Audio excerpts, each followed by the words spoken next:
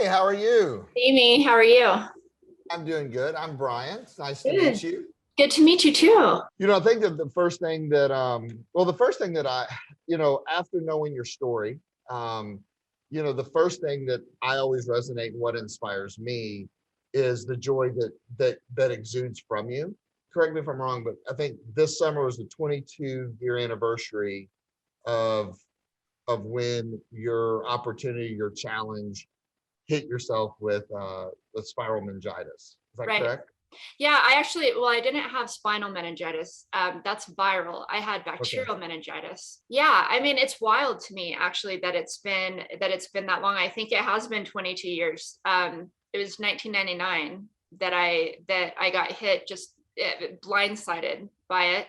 And I always thought it would be interesting when I've lived my life longer as an amputee because I lost both my legs from it than before, because I related to my having my legs for 20 years. And I thought when I hit that like 20-year mark or that 21-year mark, and I've actually been an amputee longer in my life than not, I always thought that would feel so strange.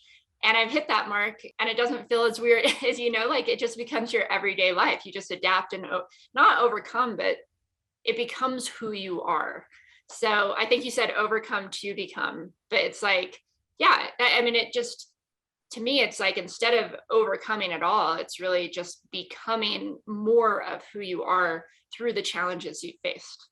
One of the things that's always curious for me, like if you can reflect back, so how you show up now, right? You feel your energy every day because, like you said, you've been an amputee longer than before. But can you remember when that first happened, right? Like if you can go back 22 years ago, you're Yeah. 19 years old, you had a job, you're working out every day. What was the emotional feeling that happened? Like, I mean, or how would you share your story of what you were feeling in that moment? I mean, first of all, I'll tell you, nothing can prepare you for going through some life changing, crazy, dramatic experience like I went through. In fact, I had read a story not long before I got sick with meningitis. So I was a massage therapist. I was healthy. I was vegetarian. I worked out every single day. I mean, I was borderline obsessed with working out. It's like that's what I did. And I was strong, I was fit, I was the healthiest I had ever been in my life. Thank God, because ultimately that's what ended up saving me. But basically, I remember reading this article in a magazine of this girl who got this bacteria and she lost her arms and her legs. And I thought it was horrible, and I thought, what would I ever do if I lost my legs? I remember sitting in the bathtub actually shaving my legs and thinking, what would it be like to lose your legs? Like, I don't think I'd be able to do that. There's no way I'd be strong enough to handle that. And randomly, about 2 months later, the same thing happened to me. The exact same thing, actually, the exact same bacteria, which is really rare to get. It hit me out of nowhere. I was a massage therapist. I went to work one day feeling amazing. I was 19. I felt healthy. But halfway through the day, I started to feel a little bit sick. So I thought I had the flu. I went home from work early, had 101 temperature, so nothing bad. My family and I, we didn't think it was anything more than a 24-hour flu. And my family actually left town. My dad runs this this huge event. And usually my whole family helps out with that. So they left town and I was going to go with them. But I told them, don't worry about me. I have a 24-hour flu. I'll just meet up with you guys later. But instead of getting better, I started to get worse. And I remember sleeping so hard and feeling like I couldn't wake up and forcing myself to wake up. Well, I was going into septic shock. I had no idea that was happening. But very long story short, rushed to the emergency room, instantly put on life support, given less than a 2% chance of living. They actually gave me 2 hours left to live. I was in full septic shock. My white blood count was through the roof. They knew I had a bacteria or a virus, or I was fighting something. I was in full kidney failure when I entered the hospital. So, I went from being 100% healthy to suddenly, being taken over by this little microscopic bacteria. And it just it raged through my system and tried to take out every organ in its way. And so I was in a coma for a couple of weeks. And when I woke up from that, I knew that I was still fighting for my life. I remember being awake and the doctor saying, you have maybe a 15% chance of living, because I was in full kidney failure. My adrenal glands were hemorrhaging. Basically every organ was affected except for my heart and my brain, thank God. And I lost my hearing in my left ear. That just went one day. And I ended up losing both legs below the knees because of the septic shock that my body went into. And so I wasn't an athlete. But I was athletic. I was fit. I was healthy. I was strong. I loved hiking. I loved snowboarding. Snowboarding was my passion. And so to get to your question, I just, I think when you're in survival mode, when something so big happens, at least for me, and I'm actually very grateful for this, I didn't emotionally attach myself to it where I was sad about what was happening. I was just fighting. I was just trying to get through it. I was just taking the one baby step, the little like millimeter step in front of myself just to keep moving forward. That's it.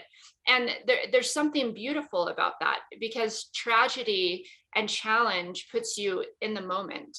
And when you're in the moment, that's when you can really make amazing things happen.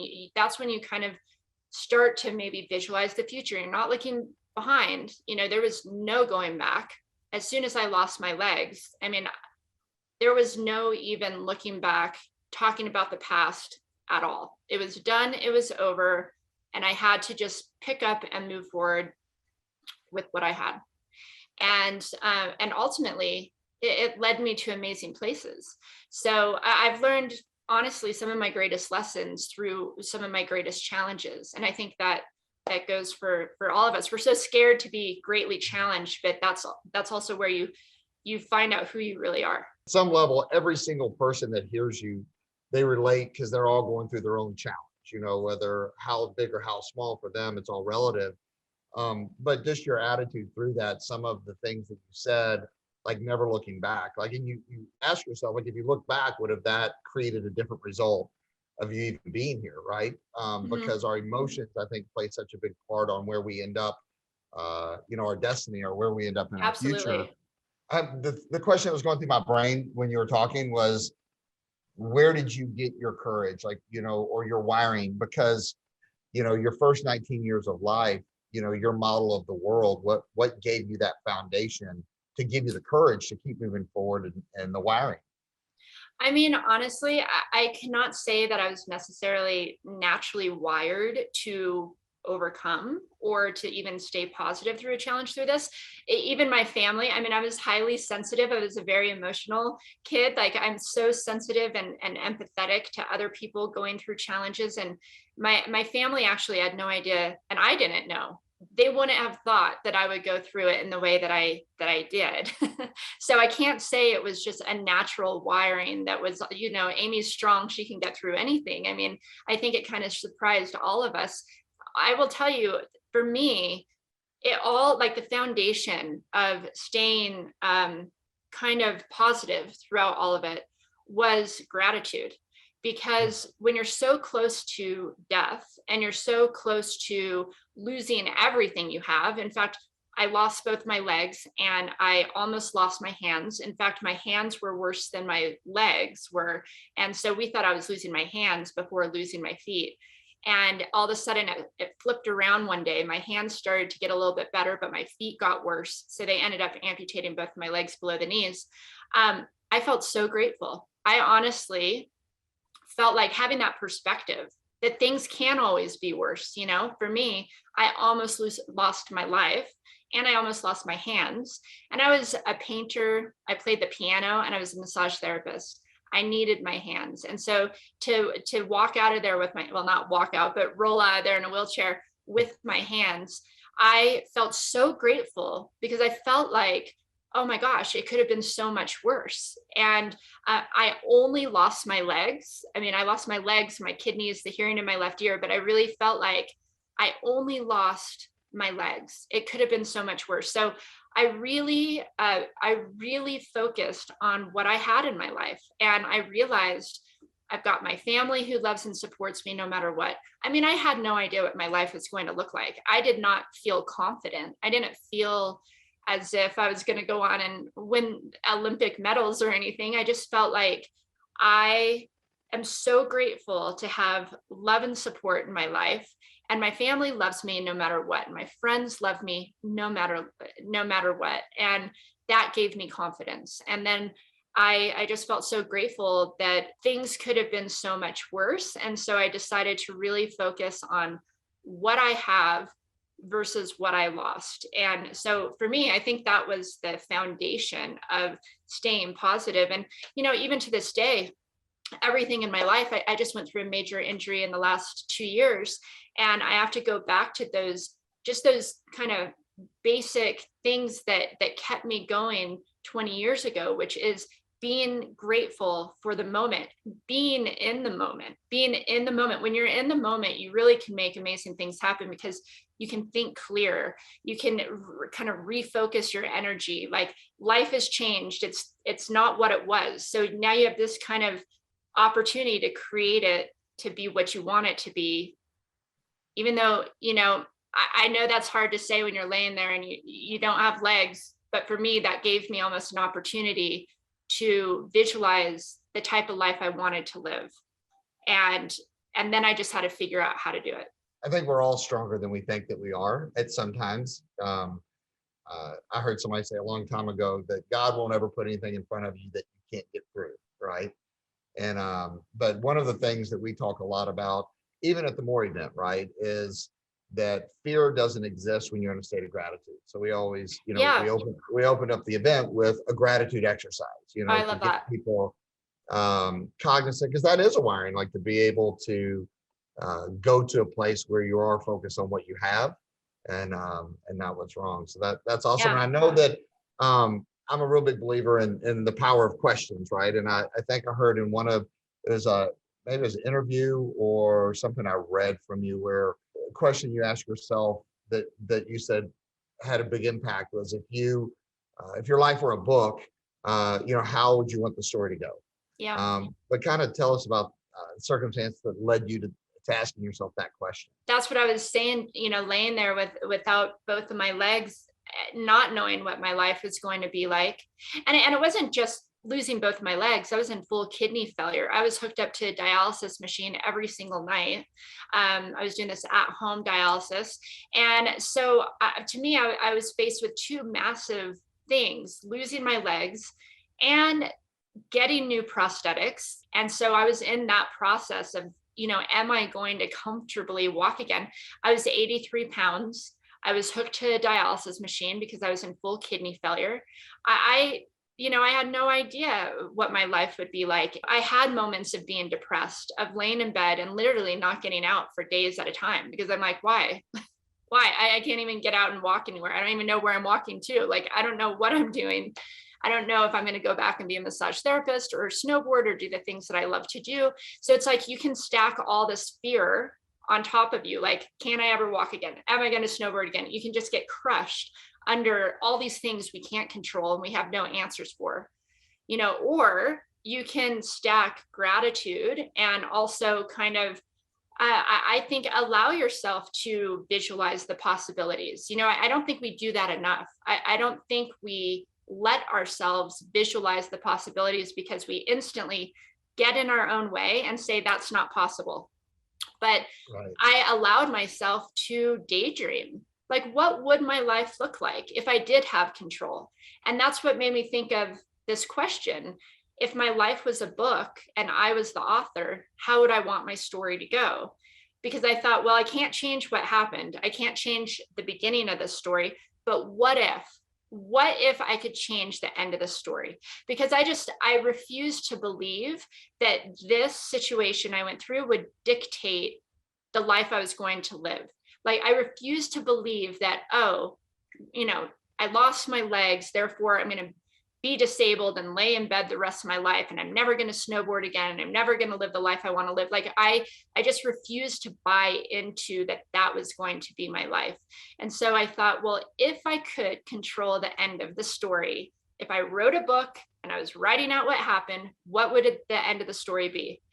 And that allowed me to daydream again. Like I was a little kid, I used to daydream like crazy when I was little. And I saw myself, I was laying in bed without my legs, of course. And I saw myself walking gracefully.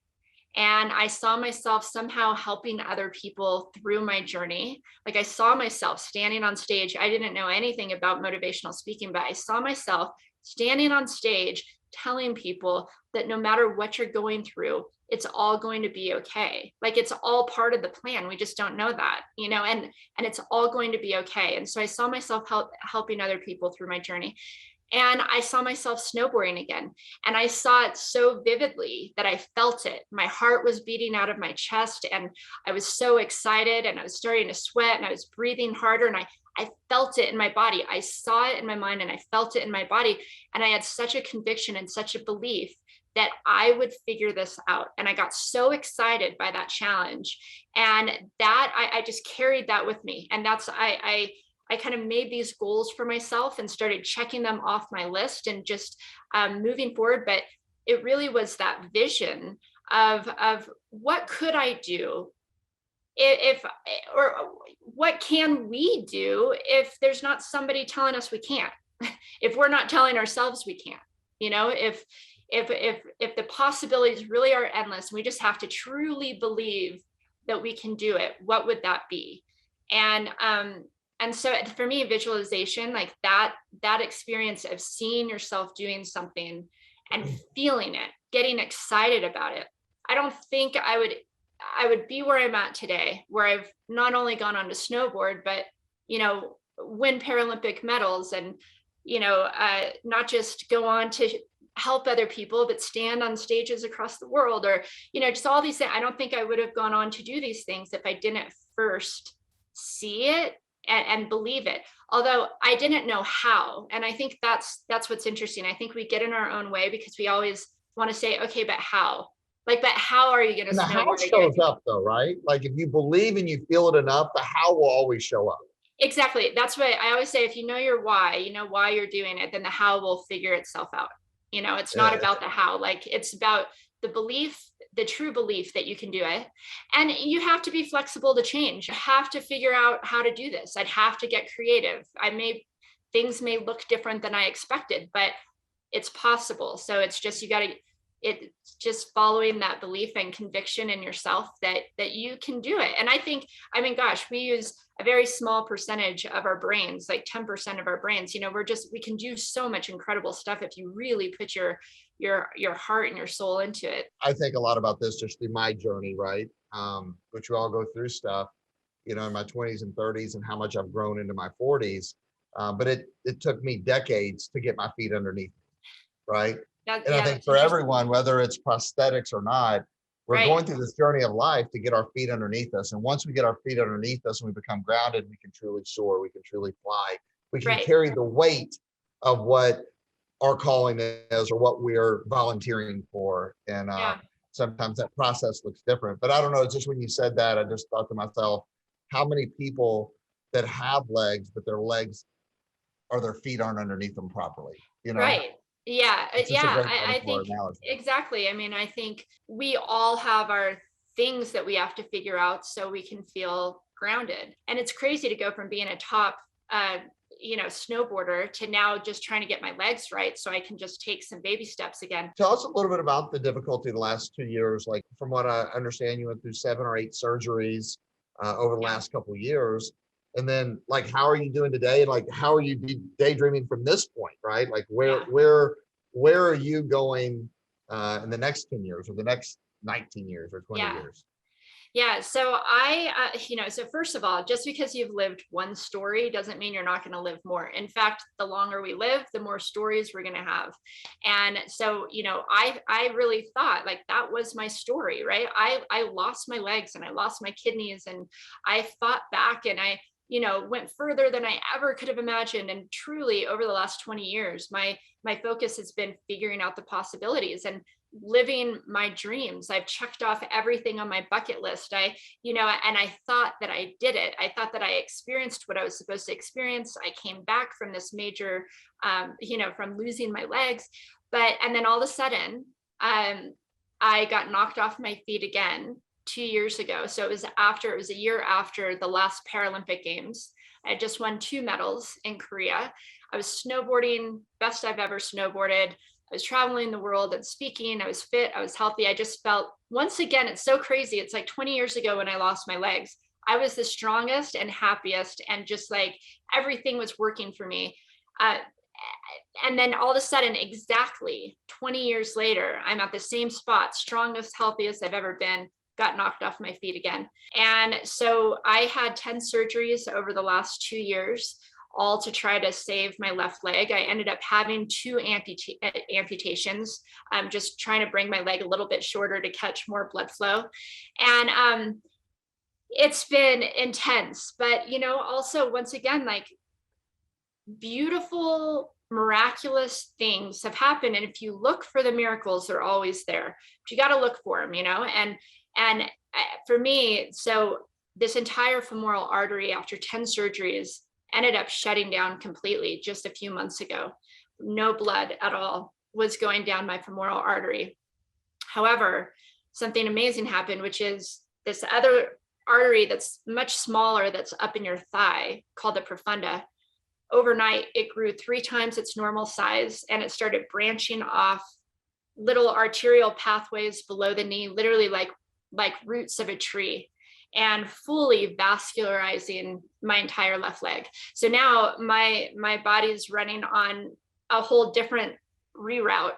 And I think it's so amazing what the human body can do. So if you support it, you take care of it. I mean, you guys know, because of the business that you're in, you take care of your body, then it will take care of you. It's been crazy. It's been crazy. There's a lot of the last 2 years, I wasn't sure if I'd walk again. And I've had a lot of anxiety. I want to make sure to share how hard it has been, because I think a lot of times people think, oh, you're just a positive person, so you get through things. It's been incredibly hard the last 2 years, a lot of anxiety, a lot of fear, a lot of uncertainty. But I also had to believe, like what happened 20 years ago when I lost my legs, that the universe has a bigger plan for me, that the universe or God has my best interest. I may not know the answers right now, but this is happening for some reason. And I have to trust that instead of fighting it. And so I think that's helped to keep me somewhat level-headed, is just not understanding what's going on, but also not resisting it, kind of just sinking into it, going, okay, I mean, 20 years ago, this led me to amazing places I never could have imagined. And I have to believe that there's a reason this is happening as well. And if anything, really, it's actually allowed me to connect with people even on a deeper level and a more empathetic level. Because before, I was kind of like, lost my legs, went on to be a Paralympian, travel the world, life is good.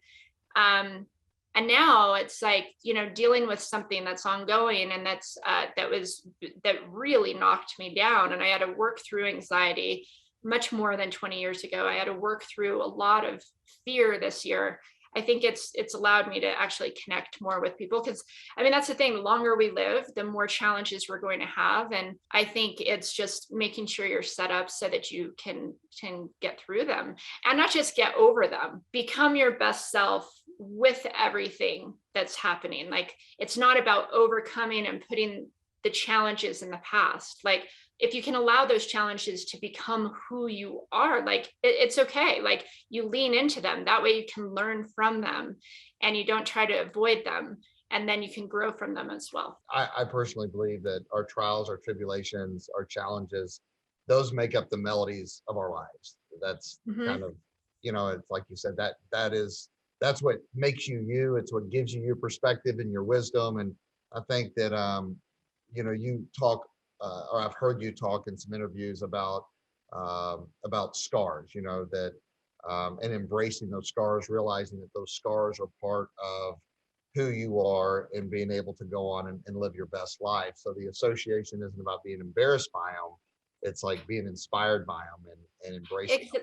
Yeah, I mean, and I think we need to not look at life like this perfect straight line. And every time something bad happens, you get knocked off that path. Like, no, life has never been a straight line. It's ups and downs and arounds and detours. And I always say you never know when your detour can lead you to your destiny. So it's not about just trying to stay on that perfect path and not have all these bad things happen. It's like, it's actually kind of leaning into all the things that are happening. Like that's what makes up our life. And if you can use what you've learned along the way, that's what makes you even more confident or empowered with, facing other challenges in the future. So Yeah. Kind of like on a snowboard, you just got to lean into it, don't you? you got to lean into it. And I'll tell you, like, if you try too hard, like on a snowboard, if you're just like holding your line so hard so that you don't get thrown off your path, you'll actually get thrown off your path. The minute you hit a bump, if you're like so, stiff and like focused, you'll actually, a little bump will just throw you, into the trees. You actually have to be very light on your feet. You have to like be flexible. You have to actually and literally use the challenges and obstacles that come your way. Like if there's a bump, you can like press it and get more speed from it. And so it's like using each challenge to get ahead. And it's exactly like snowboarding to me. That's awesome. And you got to look at where you want to go. You can't look behind you or you'll definitely hit a tree. No, that's for sure, right? Wherever your focus goes, your energy is going to flow, everything Exactly. is going to take you. And I think that's fitting. Our entire vision and mission of our company with Prove It is everyone has a goal, a dream, a path, whatever you want to say. And to prove it means to demonstrate that it's real. It's the pursuit of it that inspires other people. It's not the accomplishment of it. It's when you see people that are taking the steps, that are scared or have anxiety, and they're pushing through anyway. That's to me where the good stuff is, right? Even getting off the Olympics and being a Paralympian, like the stories that touch our lives, to me, going back to Mary Lou Retton or going back to, or when we see Mary Lou just inspired me. I don't know if you remember when she hurt her ankle and she went back to back for 2 10s. Mary Lou is a friend of mine. So I'm very inspired by her. Yeah. So, I mean, that's funny, that coincidence, but no, I just remember that. Like that was one of the very first Olympic stories that inspired me, but it wasn't her talent. It was seeing her heart of going back out and doing it again. Right. Yeah. And we all have that ability to inspire. So that's kind of the vision and mission of our company, is to inspire people to become the best versions of themselves. Right. I love that.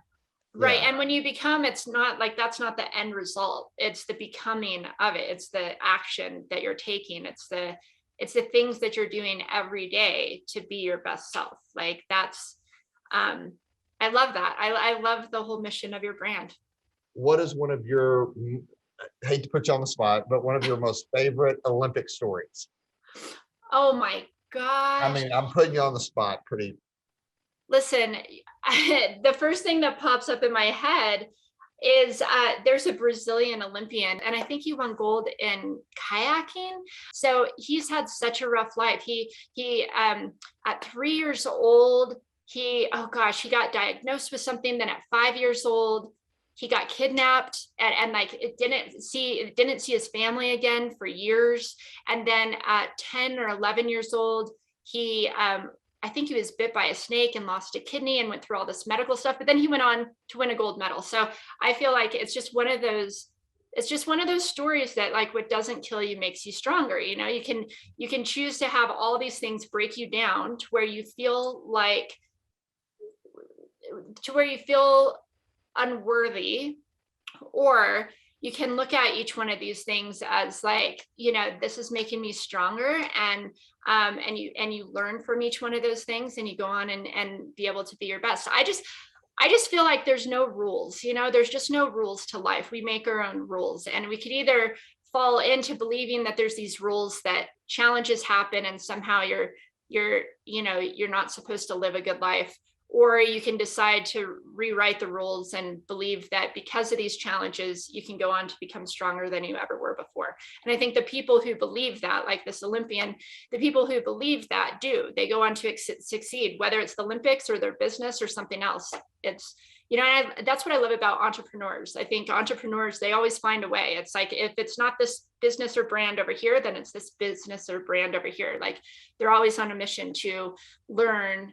And that's, I think, the best step. And grow, right? Like, I mean, it's, Mhm. I say that all the time. Like, some of the greatest entrepreneurs that I love, people ask me, I was like, the reason I love them is because they're who they are, because they're obsessed with how far can they take this life? Like, how Mhm. far can we take it? Like, they're all now wanting to go out in outer space and the moon and the Mars. Why? Because they know that there's one life, and they're Yeah. wanting to live it to the fullest. And we all have the ability to live our life to the fullest. We just have to make that decision to We do really do. so. And Yeah, we really do. And just to stick it out, and just to, you know, like, just believe that, believe in the possibilities, and use everything that comes our way, literally every obstacle, like, use it all to get ahead. yep, that's your fuel. So, That's your magic power, your superpowers, yeah. of those trials and those tribulations. Hopefully we can get you to a live event. I definitely want to Yes. meet you face to face. I hope to be able to be in your presence one day, and we just appreciate your time so much. Well, thank you so much for having me. And I love it. I mean, I love what you guys are doing, and I'm inspired by all of you. So thank you for the work you do. And hopefully I'll be there live. We have some of the greatest people and community. That's what really makes up our brand. I love Is that. we have a lot of different temperaments, talents, and convictions, but we're all kind of going for that same goal and cause, and that's to be better versions of ourselves. So Yeah, um, anything we can do, let us know. that's a perfect community to have. So All right, well, take care. If it gets too good. hot here in Kentucky, I might come out there to visit you all in Colorado too, because I know it's pretty up there. So Great. Well, thank you. awesome. Take care.